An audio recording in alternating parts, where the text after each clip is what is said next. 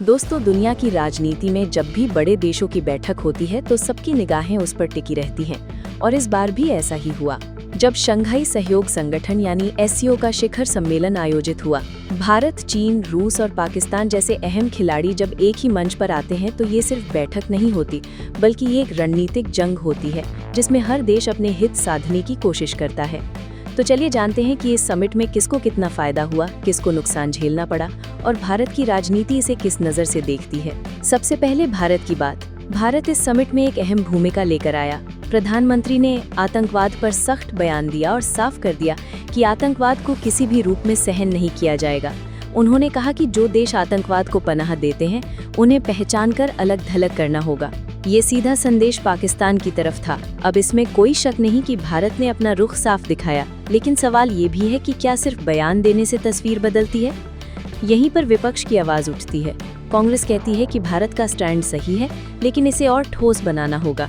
सिर्फ भाषणों से कुछ नहीं होगा। आतंकवाद पर सख्त अंतर्राष्ट्रीय समझौते चाहिए और चीन पाकिस्तान की चालों का तोड़ निकालना भी उतना ही जरूरी है। भारत के लिए दूसरा बड़ा मुद्दा था ऊर्जा सुरक्षा। आज पूरी दुनिया तेल और गैस को लेकर चिंतित है। रूस पर पश्चिमी देशों के प्रतिबंधों के बाद भारत के पास एक मौका है कि वो रूस और मध्य एशिया से सस्ती ऊर्जा हासिल कर सके। इस समिट में भारत ने रूस के साथ इस पर चर्चा की। भारत की कोशिश है कि भविष्य में ऊर्जा सप्लाई स्थिर रहे। ये भारत के लिए बड़ा फायदा हो सकता है। लेकिन विपक्ष का सवाल फिर वही, क्या इस चर्चा से कोई ठोस समझौता निकला या फिर ये भी बाकी बैठकों की तरह सिर्फ कैमरों की चमक तक सीमित रह गया? अब बात करते हैं चीन की। एससीओ में चीन हमेशा से बड़ा खिलाड़ी रहा है। उसकी कोशिश रहती है कि इस मंच पर उसका वर्चस्व कायम रहे। इस बार भी वही हुआ। चीन ने खुद को सबसे बड़ा ताकतवर खिलाड़ी दिखाने की कोशिश की।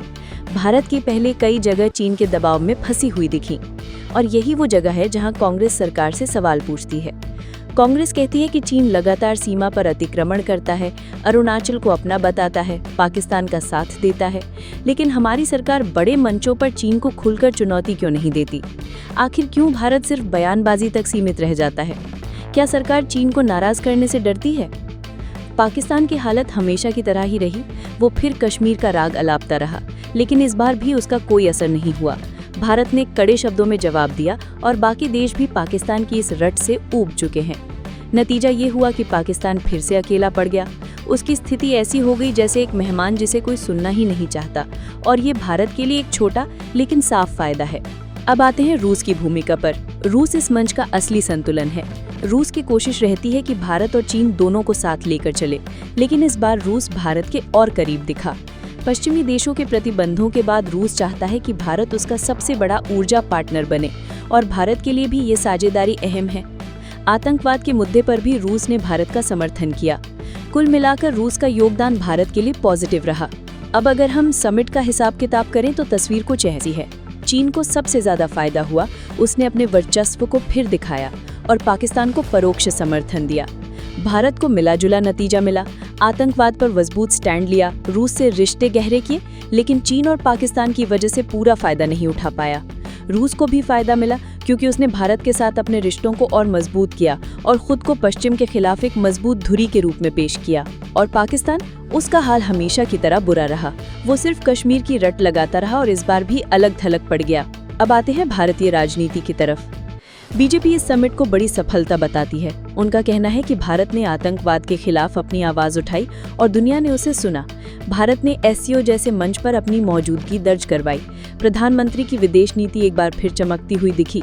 लेकिन कांग्रेस का नजरिया अलग है। कांग्रेस मानती है कि आतंकवाद पर भारत का स्टैंड सही है। रूस के साथ ऊर्जा सहयोग भी जरूरी है, लेकिन इन बैठकों को सिर्फ फोटो, हाथ मिलाने और भाषणों तक सीमित नहीं होना चाहिए। कांग्रेस का कहना है कि विदेश नीति का मतलब सिर्फ इवेंट मैनेजमेंट नहीं है। विदेश नीति का असली मकसद देश को ठोस फायदा दिलाना है, और यहाँ बीजेपी की सरकार बार बार चूक जाती है। कांग्रेस का तंज ये भी है कि बीजेपी हर अंतर्राष्ट्रीय बैठक को प्रधानमंत्री की इमेज चमकाने का जरिया बना देती है, लेकिन देश के लोगों को सिर्फ फोटो नहीं बल्कि सस्ती ऊर्जा, सुरक्षित सीमाएं और मजबूत समझौते चाहिए। विपक्ष का कहना है कि अगर सरकार सच्चाई से काम करे तो एससीओ भारत के लिए गेम चेंजर हो सकता है, लेकिन मौजूदा रवैया देखकर ये मंच भी एक खोया हुआ मौका लगता है। यानी तस्वीर साफ है, एससीओ समिट भारत के लिए एक बड़ा मौका था।